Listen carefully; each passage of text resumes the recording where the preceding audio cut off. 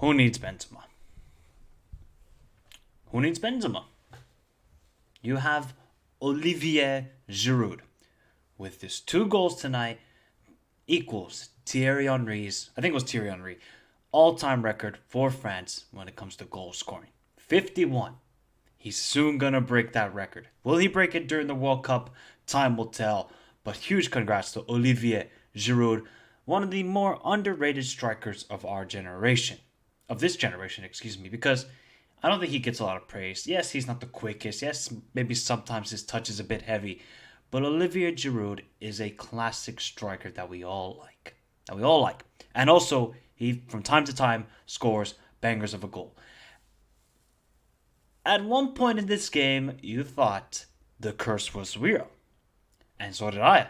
I was like, okay, good win, nice goal, Lecky, beautiful pass.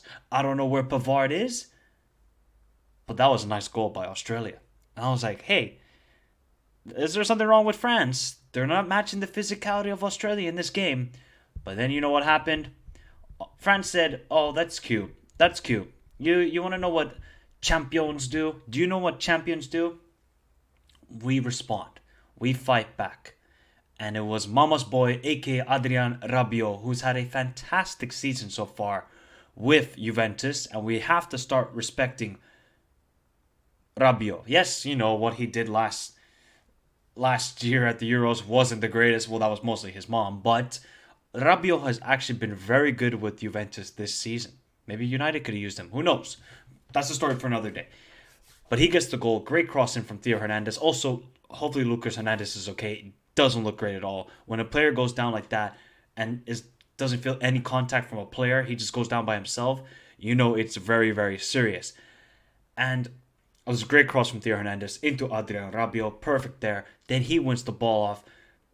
Mbappe, beautiful layoff to Rabiot. Rabiot then sweaties it towards Giroud. And an easy tap in. Empty net for Olivier Giroud. And, I mean, France looked very good in that first half. Once they conceded that goal, they were like, all right, we're going to turn on the style here. We're going to show what world champions are made of. And Dembele had a chance. Griezmann had a chance.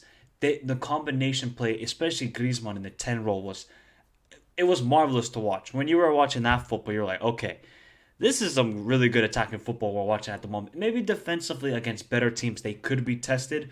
But attacking-wise, France looked very dangerous. And that's without Benzema, the Ballon d'Or winner, the best player last season. Crazy to say how talented this French team is. It really is. Big up to Samuel. Yes, they did. Big up to Junior. It's only one game, but they look good. And the curse had us in the first half, not going to lie. Yep. Mbappe saying F you to the curse. Australian nice goal. I say Rabiot's clear of Kante and Pogba. Relax. And yes, Theo adds a different dimension to the game. They need to start him. I agree. I was surprised that actually Lucas Hernandez started. But, you know, Didier Deschamps likes his favorites. And, you know, Lucas Hernandez did a fantastic job in 2018 to win the World Cup. But Theo Hernandez is one of the best left backs in the world. I would say he's the best left back in the world. Alphonso Davies, you could say him. Nuno Mendes, you could say even Ferland Mendy, who didn't even get selected to this team. But Theo Hernandez, the guy is just an absolute engine. He's great on the ball, super quick, and maybe defensively gets caught off position, maybe one-on-one. He's not the greatest, but I think Theo Hernandez brings something different to this side. Him plus Mbappe on that left side is scary. It is very, very scary indeed for the rest of opponents at this year's World Cup. And we get then to the second half, and then the second half, well, a little bit nervy for the first, I would say, 10 minutes. But then, once again, France showed their quality. Kylian Mbappe, a great crossing from Ousmane Dembele. The header, boom, off the post and in, and Kylian Mbappe gets his goal. I thought Kylian Mbappe at times was just simply unplayable tonight. Simply unplayable, and there's nothing that poor Atkinson could do at right back. The poor guy was left on an island at times against Mbappe, and he was getting cooked. He was getting cooked like a shrimp on the Barbie. I feel bad for Atkinson, but we have to just say Mbappe is just one of the best players in the world. And it's just simple as that. And people need to respect Mbappe for what he did in 2018. Yes, last summer at the Euros, he didn't show up. But today, Mbappe was money. And also, you got to say Griezmann. Griezmann, his combination play, little chips over the top. He was playing some wonderful football as well. And France didn't get defensively tested. Like Konate and Upamecano, Pavard, did they really get tested in this match? No, other than when they got hit in the mouth by Goodwin's goal. Otherwise, Australia, I think they matched well with France in the first half for the first 30 minutes until they conceded the second goal. And then after the second goal, I think the confidence level of the Socceroos, it just went down. It really went down. But then, of course, Giroud gets his fourth goal. Wonderful work by Mbappe, who I think again beat Atkinson for the goal. Crosses it to Giroud. Brave header. And France went 4-1. And you could say that was the second most impressive performance. I would say it was a better performance than England. That's just me. I just think they were super dangerous. Anytime France went forward, they looked scary. It looked like they were going to score. It's one game, but they looked good. And as for Australia, look, this team is just not that good enough. And I've been trying to tell people all this preview, all these predictions, Australia are just not that good anymore. Graham Arnold and this team who are young, some of them, like Grancool, who, hey, look, he at least got opportunity. I think it was, Grancool actually got a couple minutes. I think it was like 20 minutes. Looked a little bit nervous, but it was nice to see him come onto the field and, at least have his debut at a World Cup. And, man, Australia are just not good. It's just simple as that. It's a learning experience for a lot of these players. Prepare the youngsters for the next World Cup cycle, and that's what it's going to be. Now, could they get a result against Tunisia in the next match day? That's the game they have to win if they want to have any chance of progressing out of the group. But Tunisia looked good today, so that's going to be a very interesting matchup to see. And yes, France played exciting, direct football. They were impressive. Look, and that's what you want as a football fan. You want to see teams be direct and play wonderful combination play. You saw Griezmann, you saw Ousmane Dembele, you saw Mbappe, the combination play they had. Even Giroud with the layoff, the back heel layoff in the second half to Mbappe, where I think it went out for a corner. Just sexiness. It's just sexy football to watch, and that's what I really do appreciate. And yes, the only thing negative about France is that they got to concentrate for only 90. Imagine if Australia scored late in the first half when the header went off the post. That as well, exactly. See, this is the exact same thing as last year at the Euros when they came up against Switzerland. They weren't concentrated, and they took their foot off the gas against Switzerland. What happened? They got bounced out. So this is something that Didier Deschamps has to install within this team. Australia is probably going to be your easiest test. Next match day against Denmark, it's going to be an important game because Denmark obviously drew with Tunisia, so they got to get points. Let's see what happens. But yes, I do agree with that, SSB. And let's see how they do. Big up to Piwa, says Giroud, happy for him. Look, Giroud's quality, man. Giroud's quality. Yes, maybe on the odd occasion he has a poor game, but overall, Olivier Giroud is a money player. And that's why I have him up on the screen right now. And France did better than 2002 with 2 more points already. That is very true. I think they drew with, I think it was Uruguay in 2002. Yep. And this might be a stretch, but Mbappe and Us on each side remind me kind of, let's take it easy, SSB, because Robben and Ribéry, that combination were deadly. And yes, big up to AD. And Giroud, Mbappe, Grisou attack isn't supposed to make sense on paper, but their chemistry is always there. Look, and this is the thing, Tapua. They have been playing with each other for a long time when it comes to the national team. Like, this trio. Like, only Benzema just came last summer.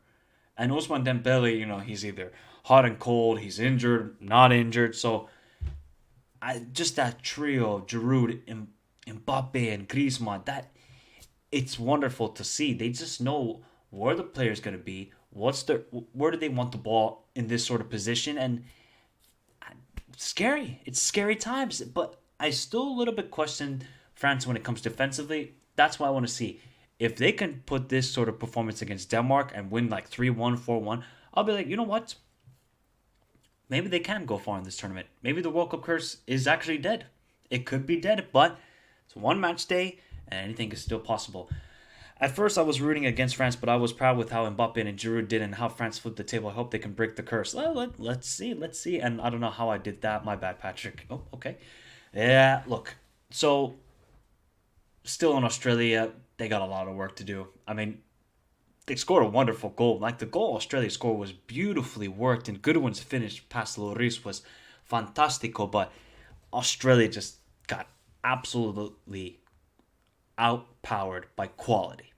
Just simply quality. There is nothing they could do about some of those goals. Maybe Giroud's first goal where they lost possession in their own half, that could have been avoided. But otherwise, I don't think they could have stopped any of those goals. I think they were just pure quality. And it's going to be interesting to see now, how will Australia approach the game against Tunisia? Are they going to try and be a bit more dominant? Are they going to sit back and allow Tunisia the ball? That's going to be a fascinating game to watch when it comes to this group, because if Tunisia win, it makes things really interesting for that final match day. Makes things really interesting. And yes, who will be the leader in defense now? Konate Upamecano got to step into that position. I guess it's going to be Pavard or Lloris, then obviously the goalkeeper. Maybe he'll be the leader, anchoring that defense in a way, because obviously he has the best view in the whole game. But out of those two, I would probably say Upamecano. I don't know, actually. But I still feel like Varane is going to make his way into this team. I think he will start the next game, Varane, in my opinion. But he could still be carrying an injury, and we don't know. But my guess would be that Varane would be in the starting lineup. Maybe not the next game, but the following game after that.